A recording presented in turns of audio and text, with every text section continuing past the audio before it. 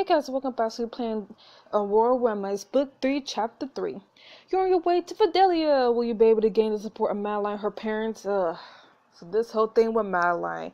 Well, we're going to get the support of her parents, but I don't know about Madeline herself.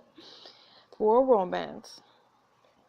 Book 3, Chapter 3, Allies Among Enemies. The day after the Five Kingdoms Festival, you meet Bertrand and Maxwell in the Palace Boutique to prepare for your visit to Madeline's estate. So remind me why we're going to a party at Madeline's estate instead of touring my fancy new duchy. Well, I appreciate your anticipation. The Unity Tour is our top priority, as is recruiting your press secretary. Fine, that brings me to my second question. Why do I have to ask Madeline of all people to be my press secretary? Exactly. After that attack, every interaction with the press is an opportunity to stand up to our enemies and to reassure the public that Cordonia is safe, or a chance to make things worse without proper guidance. Justin is in the hospital, so he isn't an option, but he recommended Madeline. He was always impressed with how she comported herself. Setting aside the fact that she still holds considerable sway at court, it must admit that Madeline's handling of the press during the engagement tour was a dab. My boy. I hate to admit it, but she pretty much the ultimate master of the spin. True. I guess.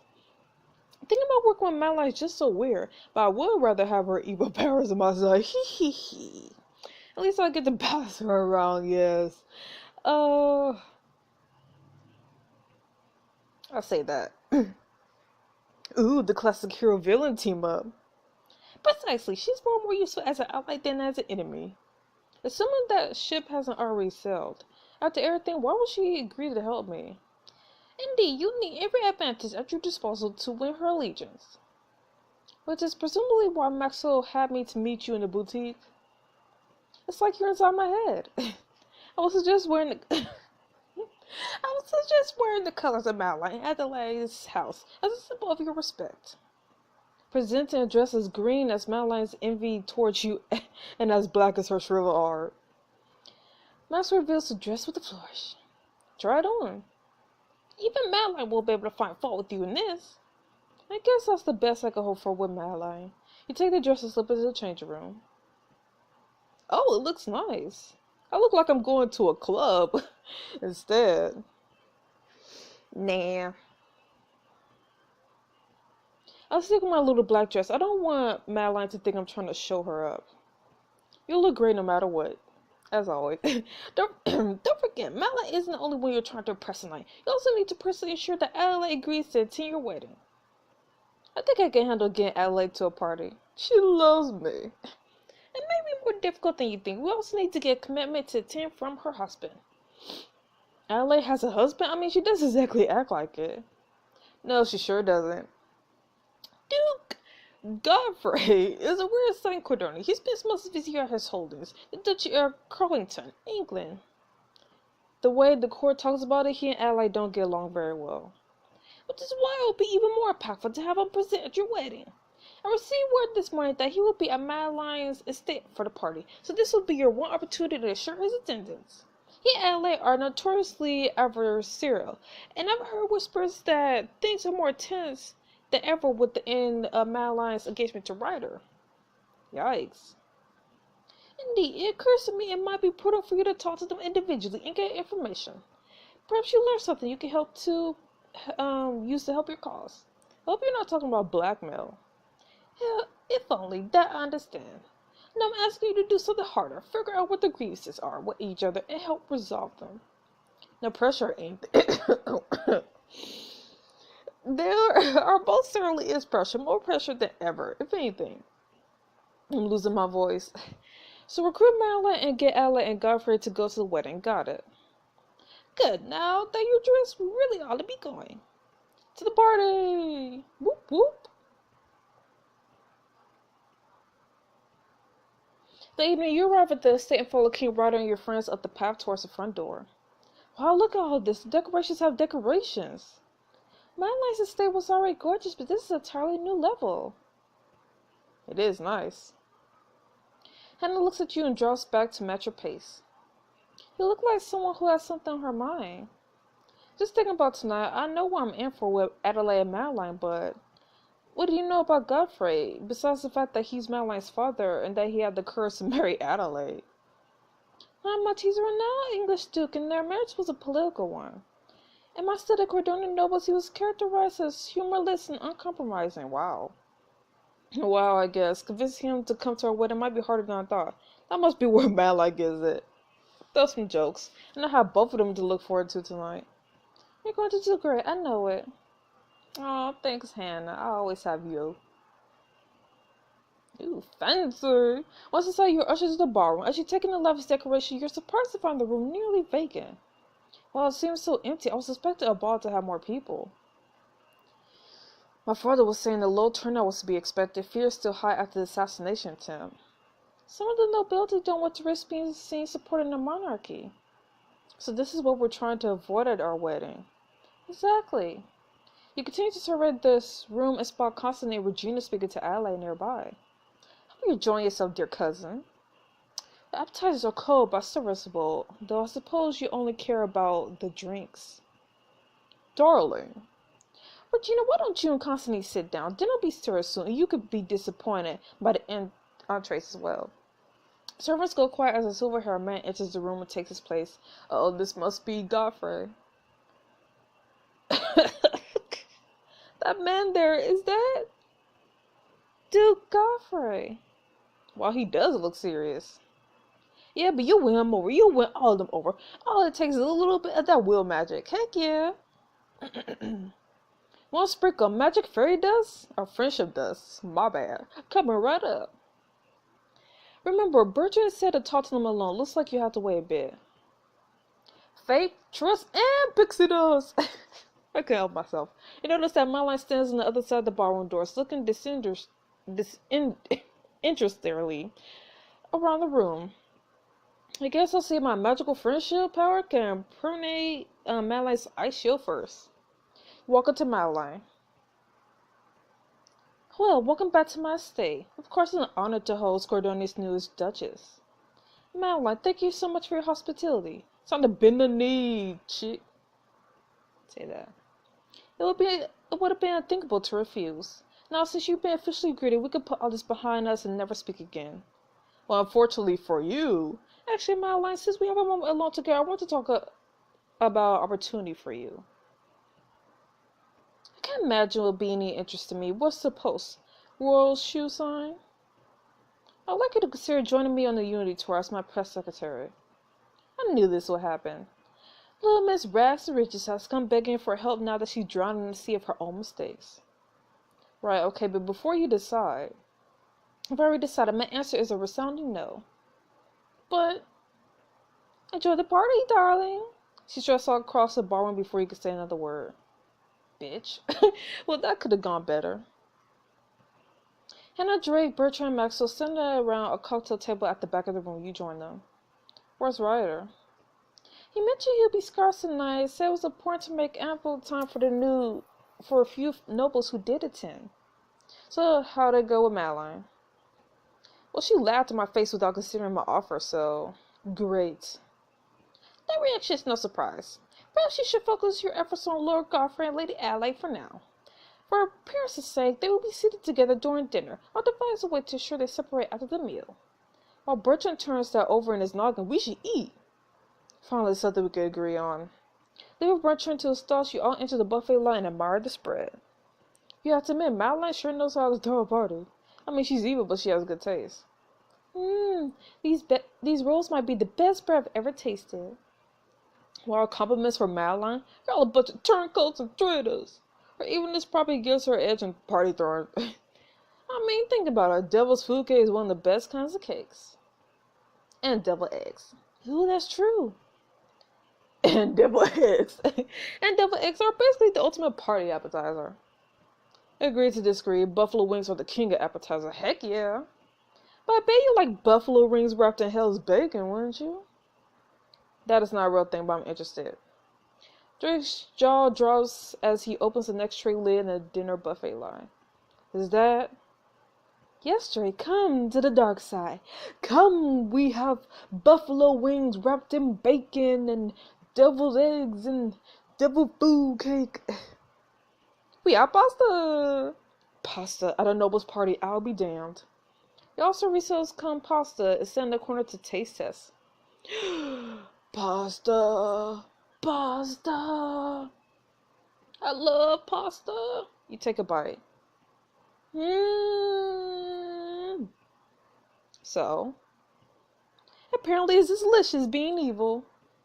Your friend's laughing. You're about to sit down to enjoy the rest of the meal when Drake accidentally collides with the unsuspecting Neville. Whoa. Watch yourself. Neville brushes at his shoe jacket before peering at the group gathered around. He wrinkles his nose at Hannah and turns his attention to you.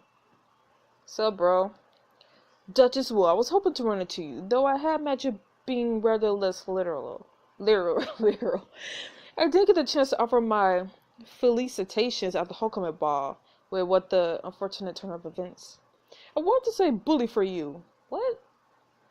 What interesting times we live in when the lowly commoner can rise to such heights. You should watch your mouth. I remind you that King Ryder's own mother was lowly. Neville sizes Drake up. Mr. Walker, aren't you looking put together? Especially after that bold show you put on at the homecoming ball. It's just Drake, thanks. Oh, my apologies. Name just seems so bare without some honorific. Honorific? How about hero? Doesn't need a title to deserve your respect. As a social superior, I dare say he does. You know, Drake. I always pity the dogs whose owners insist so dressing up in silly little suits. It's cruel, really. The dogs don't enjoy it, and the novelty is fleeting at best. Besides, there's no point to it. Are you calling Drake a dog?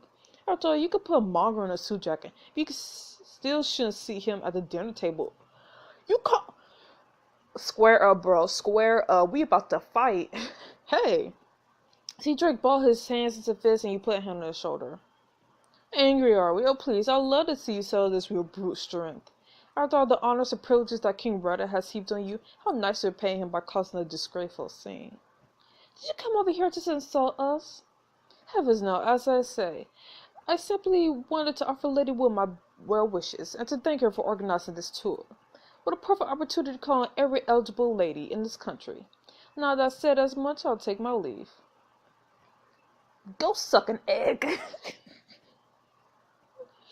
Go suck an egg.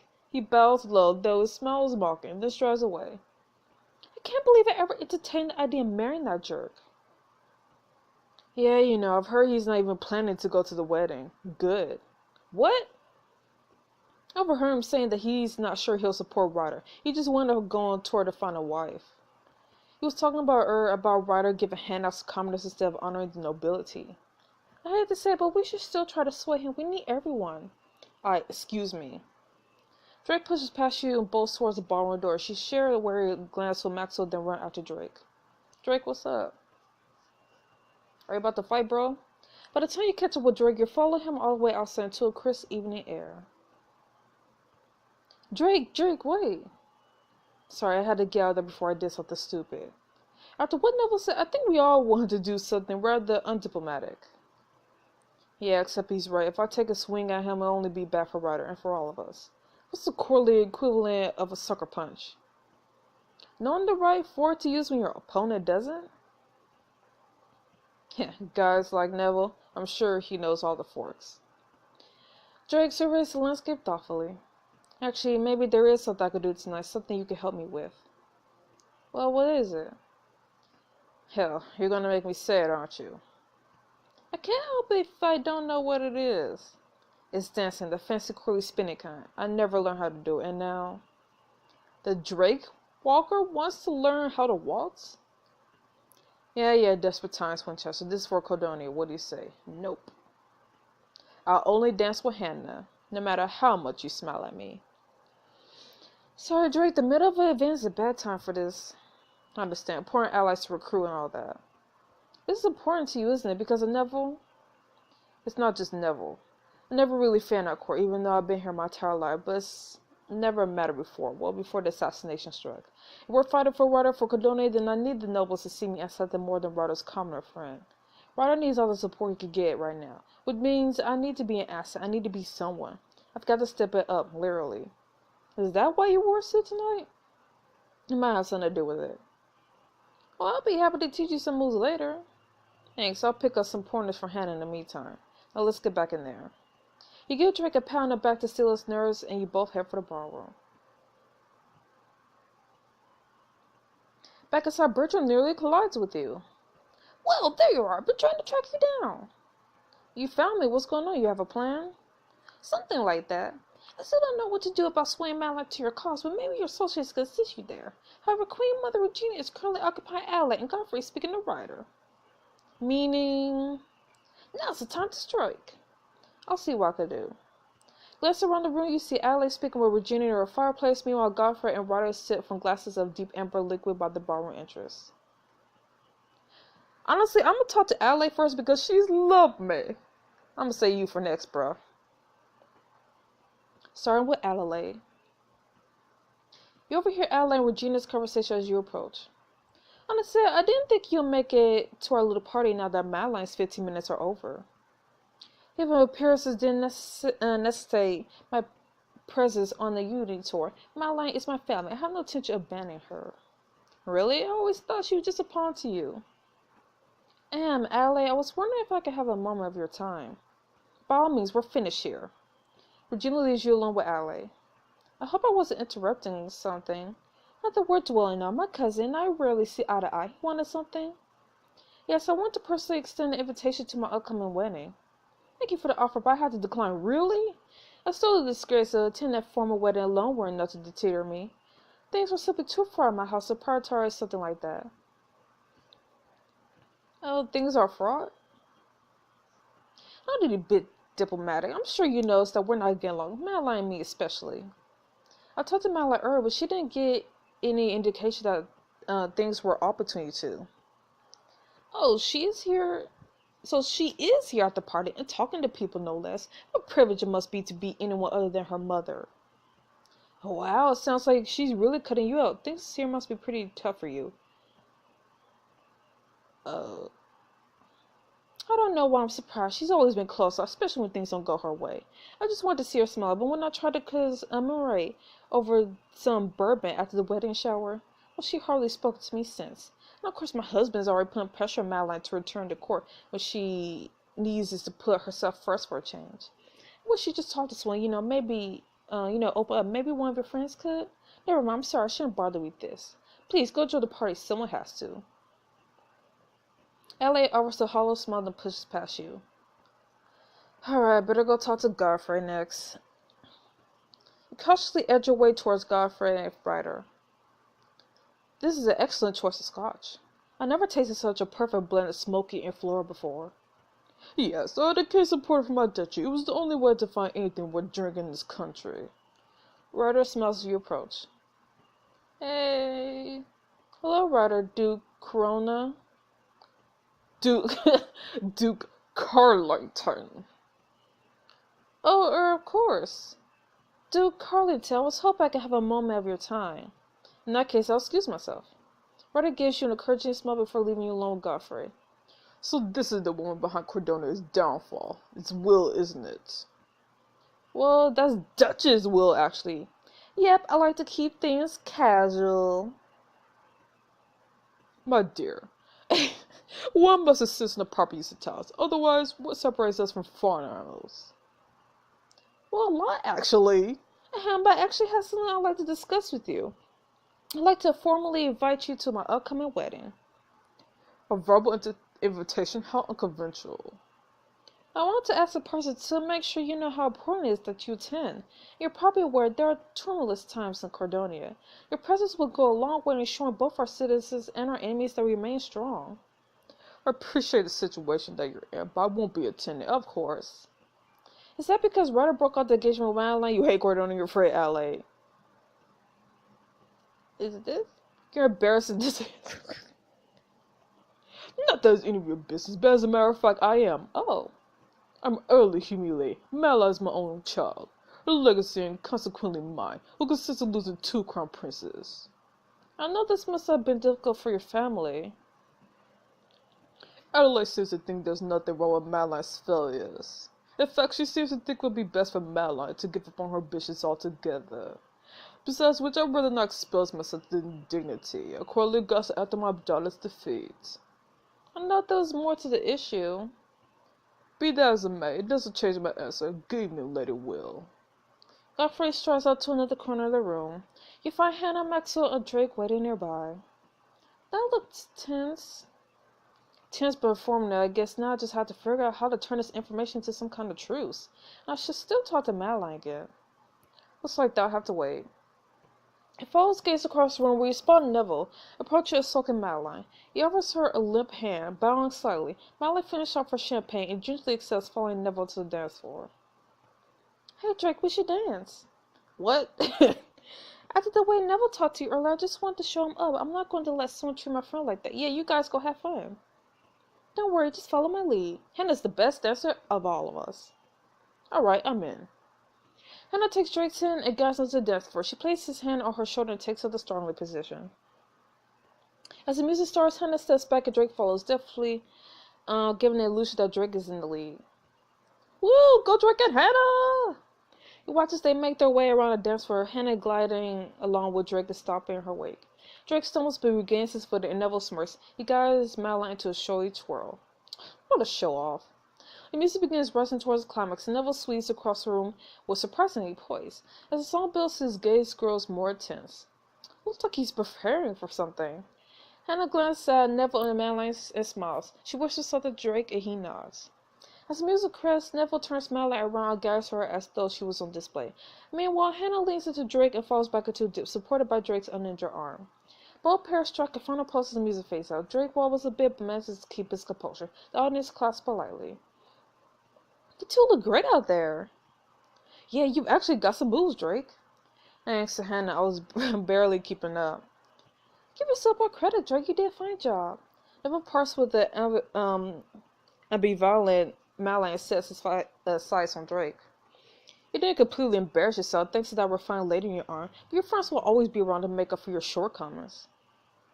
Do you know what I think? You're threatened by Drake. You forgot who Drake's friends are. I want to say both options. But I really do think that he's threatened by Drake. I mean, he keeps picking on Drake. Threatened by him? That very idea is preposterous. Is it? Because it seems like you're trying to turn him down to make yourself look better. I think you're afraid that just being a noble isn't enough to impress people when a brave, honorable commoner like Drake is around. Drake may not have a title, but he's more noble than you'll ever be. Ooh, snap! Neville huffs and saunters off. Tell him, Hannah. Well, that was fun. Don't listen to a word he says. You did great, even with the wounded arm. Yes, Drake Walker, saving Cordonia one waltz at a time. Speaking of St. Cordonia, the night's not over, and I need to talk to Madeline. And Adelaide did mention that we might have better looking Madeline to open up than she did. I'm not sure I want to know what that looks like. We could do it, we just need to come up with a plan. Oh, I've got it. Madeline was much chattier than usual at her bachelor party. You know what they say. A drink mind speaks sober thoughts. Are you suggesting we get Madeline drunk? Because I'm pretty sure that's legal. Oh no, just that she gets herself drunk somehow, and then we talk to her about her secrets and feelings. Wait, I know what this calls for. Drinking again! Ooh, I'll even make my famous drink, the Pineapple Paradise Punch. It's been a staple at my bachelor since time immemorial. That does sound super fun. But who's going to convince Madeline to play and how?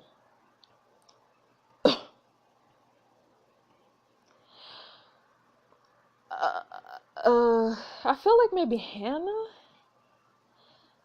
I don't know.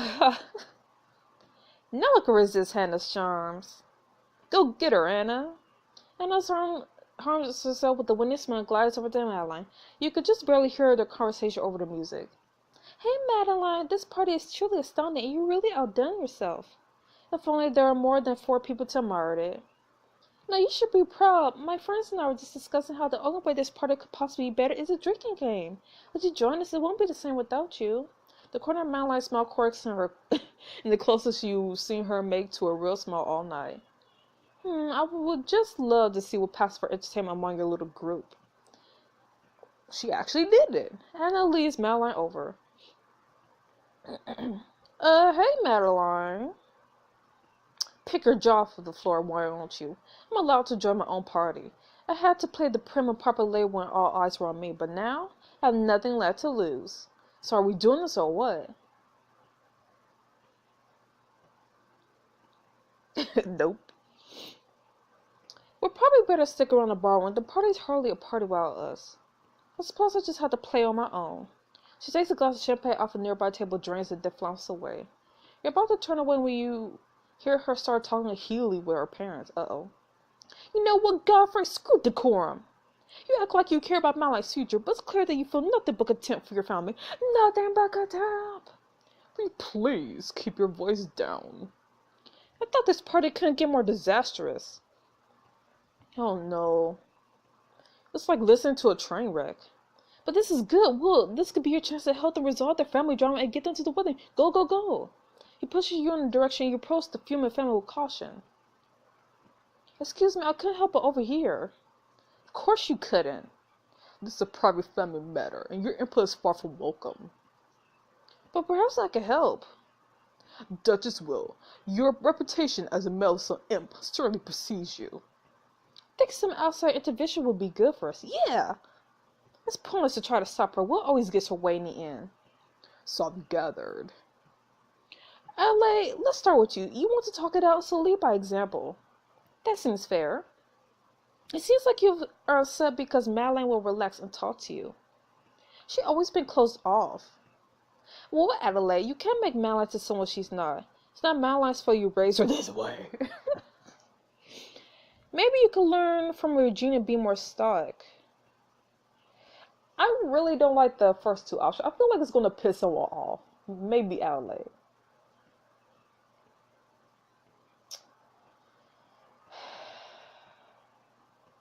But I also feel like if I go with the first option, it might make Madeline ease up a bit and be like, yeah, she's right. You know, you keep trying to like turn me to someone I'm not. You know, something like that. I don't know. Because I don't want to piss Adelaide off, but I feel like with the first option, I might be able to appeal to Madeline a bit more. I don't know. Let's see what happens. If you want her to open up to you, it has to be on her terms. And if she needs some time to process things before talking to you, you have to accept that instead of trying to force her before she's ready. It just brings me so much pain to see my daughter like this and not be able to help. I get that, but this isn't about you and your niece. It's about Madeline. I just want to mourn my dreams without being taught she'll laugh it off. I didn't realize that sounded like that. I'm sorry. Yes! I picked the right option. I'm so happy. You just need to see that Madeline copes differently, and that's okay. Madeline, I get why you're upset. I really don't see how you could. Ryder has practically handed you everything you ever wanted. Believe me, I get it. Having your hopes dashed in the 11th hour, I can relate. You wanted to make a difference, and now you feel like your chance to do that has been taken away. Listen, Madeline, you are way too uptight to be queen. You would have hated it. Can't find success as my press secretary. Have to take care of yourself if you want to help other people. I mean, the third opposite is true. Because like they say, you can't. Like, you have to love yourself before you can love someone else. So it's the same thing with this. Like, you have to be able to take care of yourself before you could take care of other people. So I'm going to go with this, and hopefully she doesn't get pissed off. I see how hard you work and how much you care. But you're not your best self when you're stressed all the time, or when you lose sight of the reason you wanted the crown to begin with. You told me it wasn't for personal gain, so what was it all for again? For my people. It was always for Cordonia. Alright, and how can you take care of them if you're not taking care of yourself? I suppose that makes a certain kind of sense. Exactly, that's what I've been trying to tell you, Madeline. Then why didn't you just say it instead of trying to get me to drink or watch romantic comedies? You're right, I should have. Hey, see, that wasn't so hard.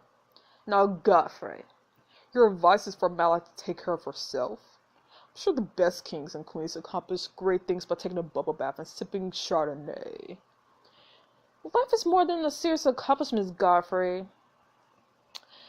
Duke Carleton, it's reasonable to be disappointed that Madeline isn't going to be queen. I didn't raise my daughter to be second best. But you shouldn't be disappointed in her, Duke. Your daughter is a force to be reckoned with. It's no wonder she's so ruthless with you as a father. You should be disappointed in her circumstance. Wait, what? Wait, what? And I will get the first. I'm gonna go with this. I may not like Madeline, but I respect her. Isn't that worth something? The respect of a commoner who somehow had been given to leave.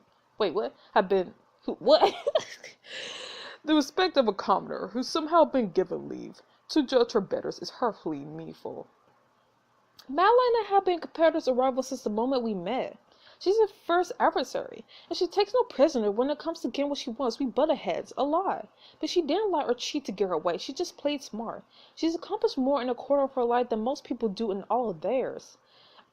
If I, of all people, could look past her differences and see how impressive and formidable she is, I think that just means something. You have a point. The respect of one's enemies is a sign of strength and integrity, both in space, but perhaps I needed a reminder. I appreciate you saying that, Father. Hey, sometimes saying it out loud is all it takes. Families are supposed to face both successes and failures as a unit. That's the whole point. Adelaide turns to Godfrey and Madeline.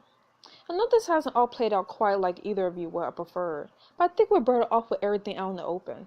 Godfrey, you and I have managed to parent through our differences for years, and Madeline needed us behind her now more than ever. And you might spend less time arguing over how to do that if you actually listen to me. I suppose that's for the best. Adelaide turns back to you. We still have a lot to work on as a family, but this has been a particularly rough patch, and your advice is surprisingly poignant. Indeed, this conversation is any indication of your conflict resolution skills. Perhaps King Rodder wasn't completely misguided in availing you. Hey. The ties that bind us. I like to think I wasn't his biggest mistake. You were asking me earlier about attending your wedding. I think you may be able to make it after all. Heck yeah. Hey. I'll make sure the bar is well stocked for you. And food. Always gotta have that food. You're trying to leave, but only manage a couple paces before Madeline catches up to you. Will, wait. What you were saying back there? I'd love to admit it, but I haven't lost sight of what's important. In the interest of helping Cordelia, I'll join you as your press secretary. Yes! While I don't want condition. A condition, huh? I guess it would be a deal with the devil if you didn't have terms. What is it? I want position when the unity tour is over. A prestigious one, managing my own department. I think I can make that happen. I'll speak with Bertrand to get us up to speed. Bertrand, you're going to be working for me, remember? And what's the next stop on the unity tour again? That's what I thought. Ta-ta. She turns her heels and sashays off to the party. Maxwell takes her place. So that went awesome. You think there were family drama in the bud. I kind of did in What to Dennis, I think you deserve a victory spin around the room. Yeah, that sounds nice. Next morning, you were woken by a knock on your door. You take a moment to rub your eyes and the door swings open. Hey! Were you sleeping at 7 in the morning? I shouldn't be surprised. Well, while you were busy snoring, I was speaking with Bertrand and putting together an itinerary for our next stop. An itinerary? Well, Madeline, you give type A person an entirely new meaning. I guess your tendency has issues. As though being prepared and organized is a bad thing. I could see why you were so desperate to recruit me. This will be fun. So anyway, where are we going? I hope you're ready to hear incessant chatter about poodles, because the next stop on the unity tour is Penelope's stay.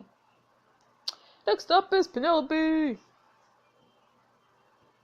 You gave Madeline's allegiance, but will you, be able to win over Penelope and her family? Find out in the next chapter! Well, Penelope loves me, so I might be able to. Anyways, this chapter was fun, and I'm so happy I was able to diffuse that whole family situation and able to get them to come to the wedding and Madeline as my secretary. So this is awesome. So I'll see you guys next week for the next chapter of Royal Romance. Stay frosty. Bye-bye.